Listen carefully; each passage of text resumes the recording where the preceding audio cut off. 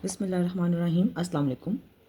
Welcome to Easy Maths with Amna. Today we are solving exercise 2.4, evaluating logarithmic expressions without using calculator. Question number 1. Let's break down these questions step. Start with the question number 1. Question number 1 is log with base 2 18 minus log with base 2. हमने इस question को solve करना है without using calculator. बहुत ही simple और बहुत ही easy questions हैं, सिर्फ आपने लॉज ऑफ लॉगरिथम यूज़ करने हैं। अगर आप इस क्वेश्चन को देखें तो ये सेकंड लॉ है, क्वोशिएंट लॉ। क्वोशिएंट लॉ की राइट हैंड साइड है। क्वोशिएंट लॉ देख लेते हैं क्या लॉ है। सेकंड लॉ ऑफ लॉगरिथम के मुताबिक अगर दो वेरिएबल सब्ट्रैक्ट हो रहे थे तो can be written in the division form, हम उनको डिवीजन फॉर्म में लिख सकते हैं। तो सेकंड लॉ ऑफ लॉगरिथम को यूज़ करते हुए आप लिखेंगे by using second law of logarithm. हम इसको एक्स बाय वाई की फॉर्म में लिख सकते हैं, means log with base 2 18 divided by 9।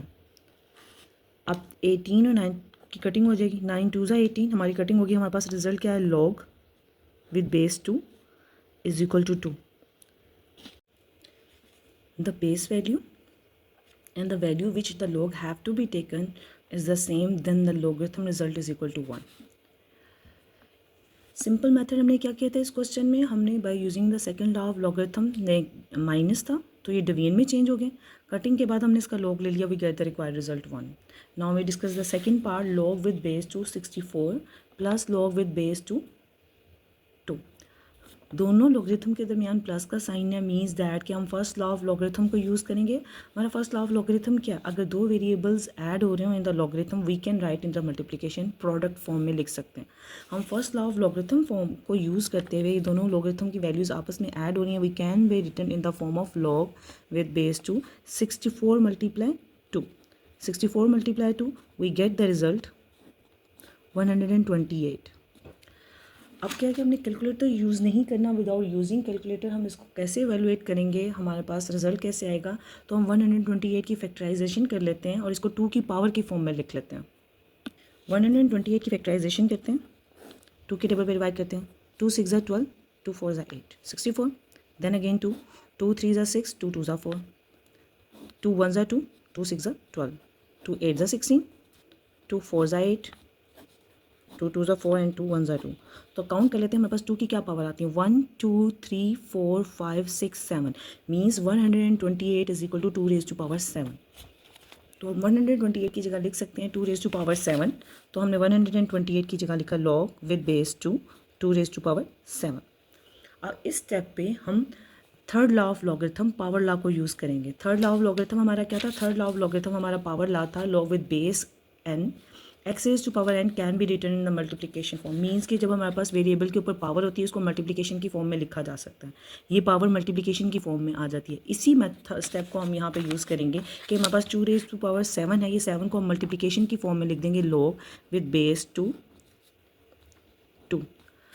और अभी हमने प्रीवियस क्वेश्चन में डिस्कस किया था, जब हमारे लॉगरिथम की बेस और the value which the log have to be taken is same, अगर बेस और द वैल्यू जिसका हमने लॉग लेना है सेम है तो उसका रिजल्ट हमारा 1 के इक्वल होता है।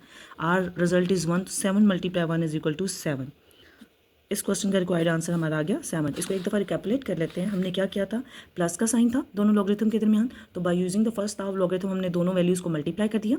मल्टीप्लाई करने के बाद हमने इसको पावर की फॉर्म में लिखा, फिर थर्ड लॉ ऑफ लॉगरिथम को यूज़ करते हुए पावर को हम मल्टीप्लिकेशन की फॉर्म में लिए हैं, लॉग को सोल्व किया, we get the required result. Now we are going to solve the third part, step by step इसको सोल्व करते हैं। सबसे पहले अगर देखें तो हमारे पास नेगेटिव साइन है, हमें चाहिए था कि इसको क्वोशिएंट लॉ में हम चेंज कर देते हैं, but before changing into the quotient law में हमारे पास यहाँ पे इस लॉगरिथम के साथ 1/3 भी है, मल्टीप्लिकेशन की फॉर्म भी है। पहले इसको ख़त्म करेंगे फिर क्वोशिएंट लॉ की तरफ देखेंगे।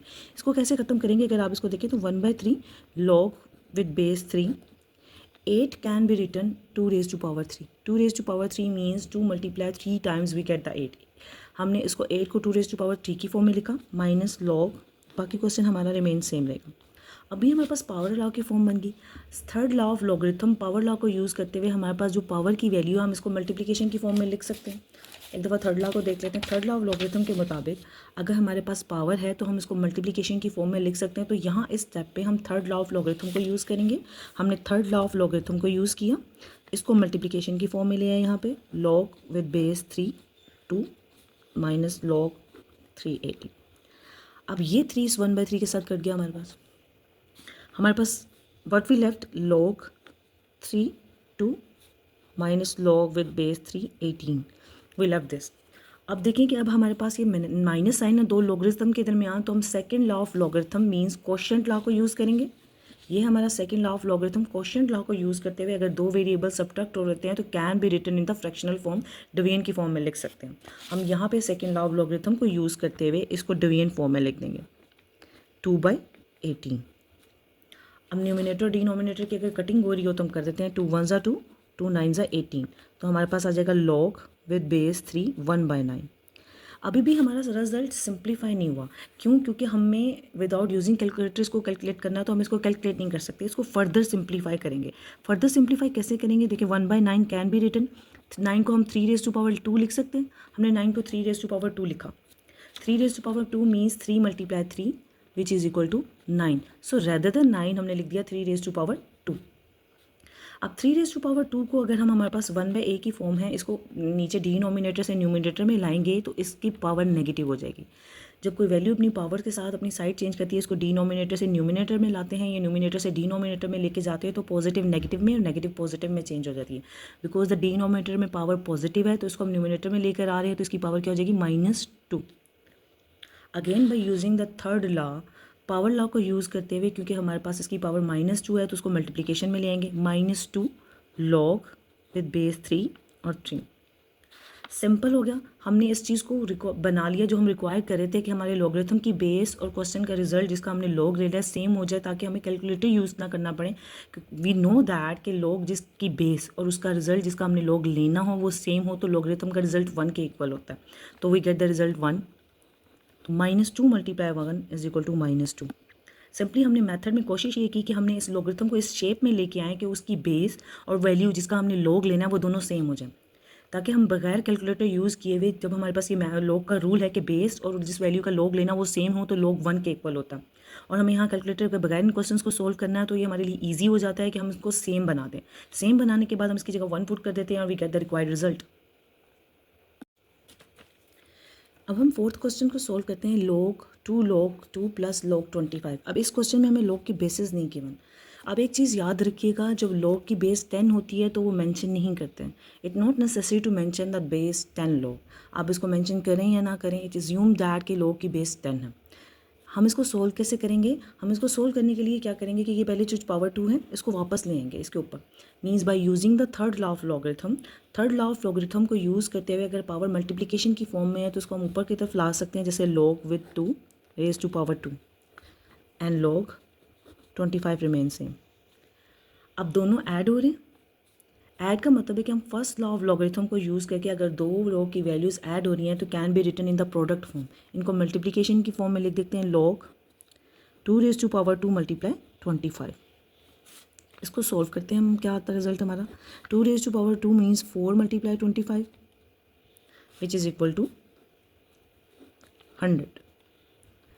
अब हमारे पास ये रिजल्ट आ गया, मगर यहाँ हमारी log की बेस 10 है, हमें यहाँ पे 10 चाहिए ताकि हम इसको सोल्व कर सकें, हमारी सोल्यूशन इजी हो सके। हमारे पास यहाँ पे बेस भी 10 और यहाँ भी 10 होगा, तो हम लिख देंगे because the base value and the value which log which we have to taken is 1, तो उसका रिजल्ट हमारे पास 1 आता है। हम इसको क्या कहते हैं? वी कैन रिटर्न 100 को हम लिख सकते हैं 10 raise to power 2 means 100, 10 multiply 10 we get the 100। अब again by using the third law of logarithm, power law को यूज़ करते हुए इस 2 को मल्टीप्लिकेशन की फॉर्म में ले आएंगे। 2 दोबारा हमारे पास यहाँ पे आ जाएगा, हम 2 log 10। अब यहाँ पे जहाँ पे log की बेस मेंशन नहीं है, यहाँ पे प्री एज्यूम 10 है। अगर log की बेस 10 और वैल्यू जिसका हमने log लेना है वो भी 10, दोनों सेम है, तो इसका मतलब है कि result is equal to 1। Then 2 × 1 is equal to 2। एक दफ़ा दोबारा रिकैपुलेट कर लेते हैं इस क्वेश्चन को कि हमने इसमें क्या मेथड इम्प्लीफाई किया था। पहले हमने इस 2 को थर्ड लॉ ऑफ लॉगरिथम को यूज़ करते हुए इस 2 की पावर में ले गए थे। देन हमारे पास एडिशन में थे, दोनों लोग प्लस हो रहे थे, तो जब सम हो रहे होते हैं या ऐड हो रहे होते हैं तो can be written in the product form by using the first law of logarithm. हमने दोनों को प्रोडक्ट की फॉर्म में लिख दिया। 2 raise to power 2 means 4, 4 multiply 25 100।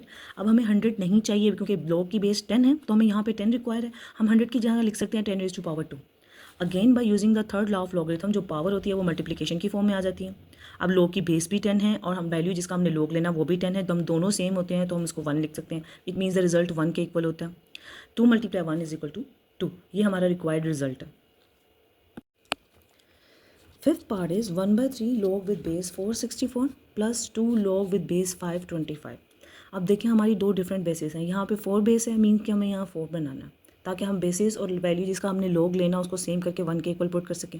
Similarly अगर सेकंड इसके पोर्शन को देखा जाए तो हमारे पास बेस 5 है, तो इसका मतलब है कि हमने इसको 5 की पावर में चेंज करना है ताकि हमारी बेस और वैल्यू जिसका हमने लॉग लेना वो सेम हो जाए। हम स्टेप स्टार्ट करते हैं 1/3 लॉग विद बेस 4। 64 को हम लिख सकते हैं 4 raised to power 3।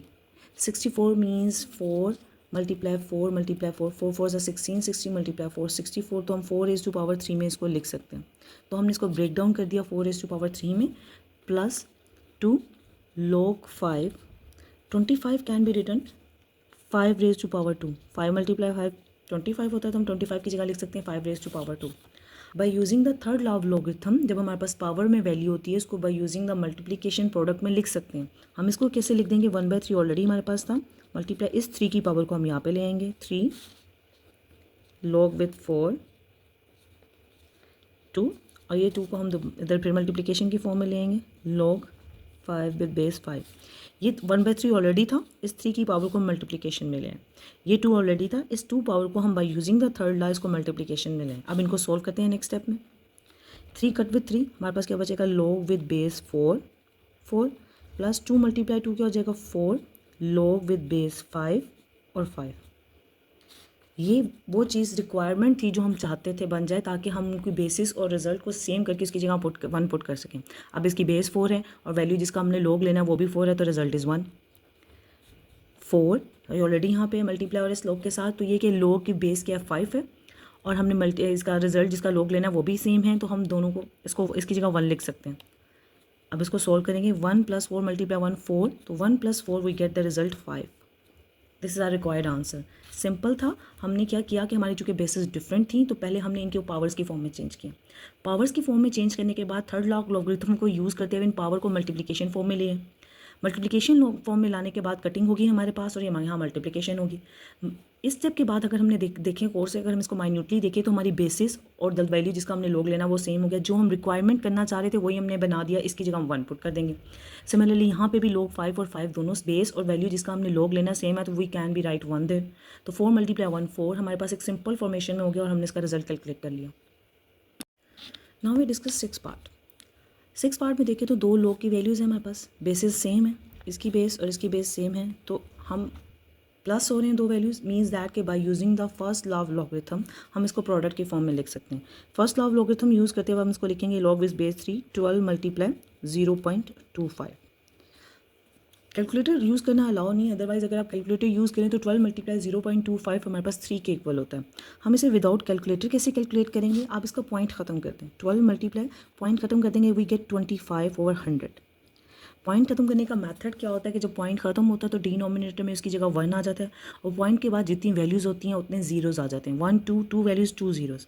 अब हम इसकी कटिंग कर देते हैं, 25 1 ज़ा 25, 25 4 ज़ा 100, 1/4 हो गया। 4 की यहाँ पे कटिंग करें, 4 3 ज़ा 12, हमारे पास यहाँ पे कटिंग होगी, वी गेट लॉग विथ 3 और यहाँ पे हमारे पास क्लियर रिजल्ट आया 3, बिकॉज लॉग की बेस और the value which we have to take the log जिसका हमने लॉग लेना है दोनों सेम है, तो it means our required result is 1। Simple answer हो गया। We solve all of the parts of exercise 2.4 question number 1 by using the properties of the logarithm without calculator, just logic and laws of logs. If you find this video helpful, don't forget to like, share and subscribe to my channel Easy Maths with Amna. Allah Hafiz.